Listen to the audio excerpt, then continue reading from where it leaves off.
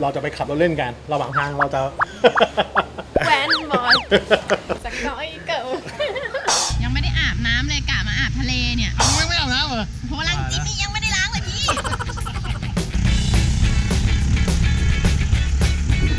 แนะนำทีมงานรู้จักนะครับทีมงานที่เราเห็นหน้าบ่อยๆนะครับและคูณชื่ออะไรครับ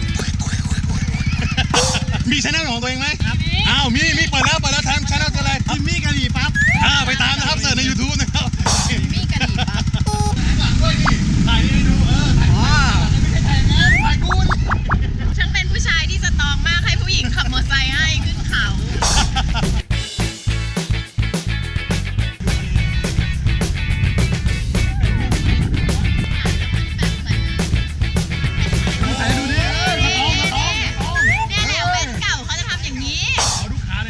มีรอยท่อไหมมีรอยท่อฮะเฮ้ย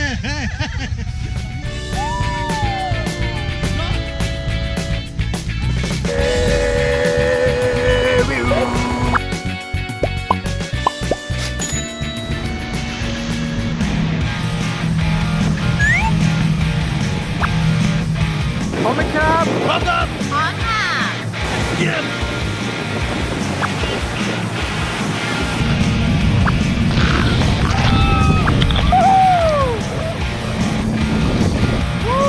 หมุนเลย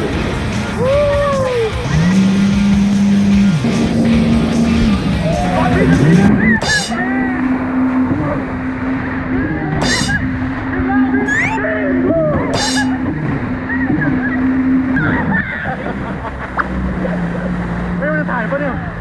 ดูตากล้องเราหมดสภาพพอใจนี่กับ GX Swing อะไรเสียวกว่าไอ้เนี่ยแม่งก็พอๆกันแหละข้างนู้นกระแทกอะไรกระแทกพี่เหรอ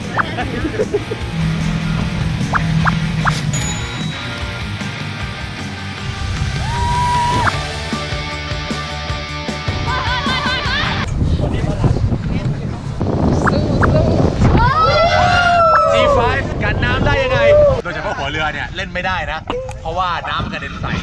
แต่ว่าเพราะว่าใช้ G5 เนี่ยสบายเลย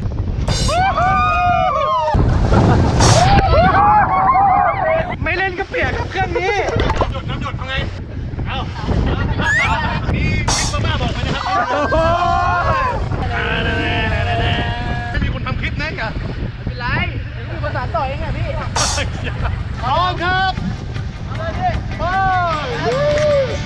ไป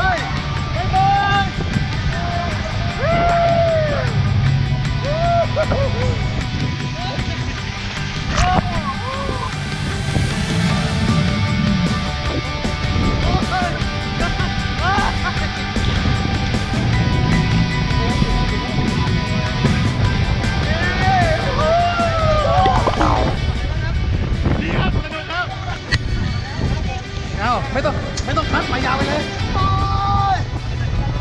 โอเคว้าวจัดเลยไอ้ทีมโกโปรตอนนี้ผมโดนเชือกรัดไข่ข้างล่างนี้เขาไม่รู้จะรู้หรือเปล่านะครับผมว่าโดนก็ดูสวยครับผม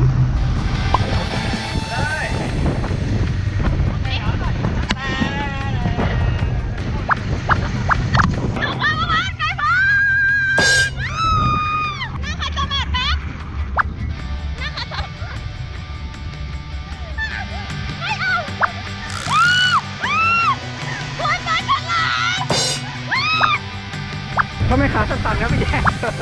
ไม่ตอนนี้ขามันไปล่าดีโอเคเลยกิจกรรมทางน้ำนี่โอเคครับถ้าเด็กทะเลนี่ยังไม่กลัว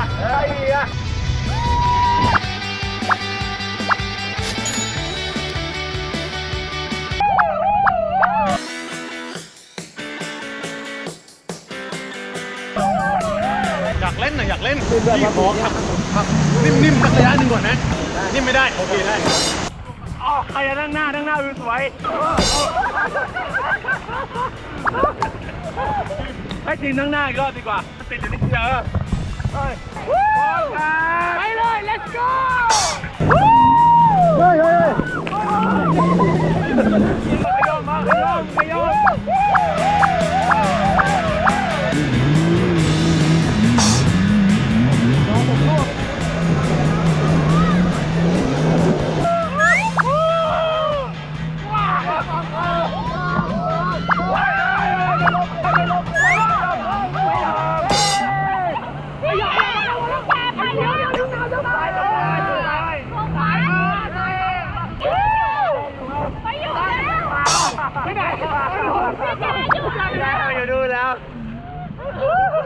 บ๊ายบายมันจะไม่ล้มอันนี้โดนตีเต็มเลยโทษทีผู้หลุดโดดเดียวผู้ถูกทิ้งให้อยู่กลางทะเลเดียวดายโอ้ข้าวอร่อยมื้อนี้ น้ำเปล่าก็น่าจะอร่อยแล้วแหละคืนนี้หลับสบายเลยอ่ะ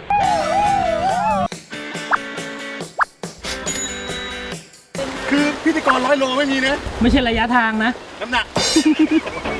เอา3 2 1ไปวู้วู้แค่ถ่ายติดสลายใต้น้ำไม่ได้นะเว้ย ว่าจะให้บอกปีที่ไหนล่ะ สาดน้ำมาเลยให้มันกระจายมาแล้วแหละเอามา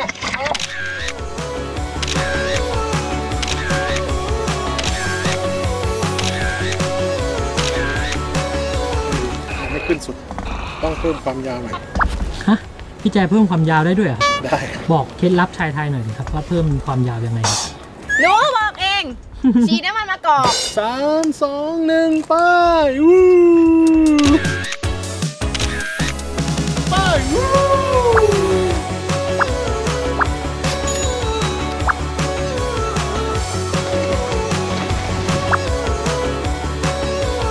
อาหารนี้น้ำใสมากเลยนะพี่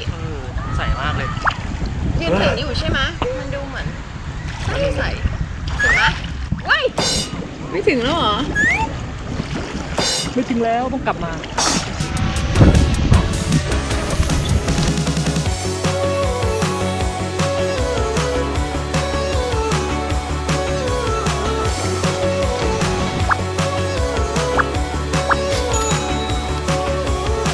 เดี๋ยวแนะนำให้รู้จักครับพี่ที่เขาชวนมาเล่นที่นี่นะครับเจอตอนมาที่หาดพี่ครับพี่เม้งนะครับ ครับสวัสดีครับที่หาดตาแหวกบริษัทปลูกแป้งครับผม พี่เม้งนะครับหาตาแหวนมาเกาะล้านต้องมาที่นี่เลยสนุกมากอย่า มีอะไรหนักกว่านี้อีกอะพาไปดิ อยากไปกดไลค์กดแชร์ด้วยนะคะ จัดเลย Active Grow Pro ที่ไหนครับทีม เกาะล้าน หาดอะไร หาดอะไร หาด